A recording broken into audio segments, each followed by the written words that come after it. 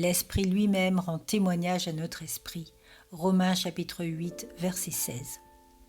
Lorsque nous nous approchons de Dieu, nous sommes parfois tentés de marchander.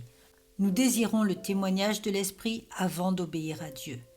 Pourquoi Dieu ne se révèle-t-il pas à moi, nous demandons-nous.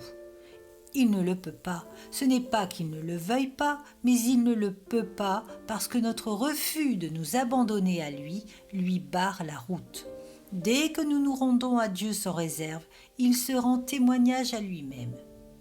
Il ne peut pas vous rendre témoignage à vous, mais il rend immédiatement témoignage à sa propre nature qu'il a mise en vous.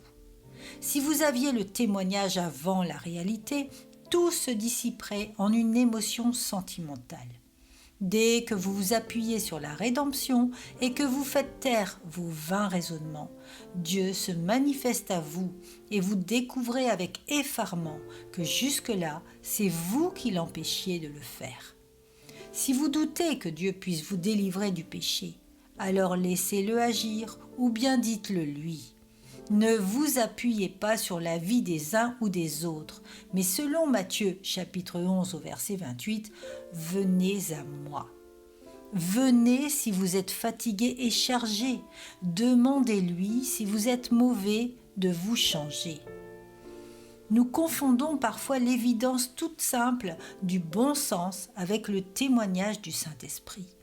Mais l'Esprit ne rend témoignage qu'à notre esprit, et à l'œuvre de la rédemption, il ne rend jamais témoignage à notre raison. Si nous voulons l'y contraindre, il n'est pas étonnant que nous soyons dans les ténèbres et dans l'incertitude. Jetez tout cela par-dessus bord. Fiez-vous à Dieu, et il vous accordera le témoignage du Saint-Esprit.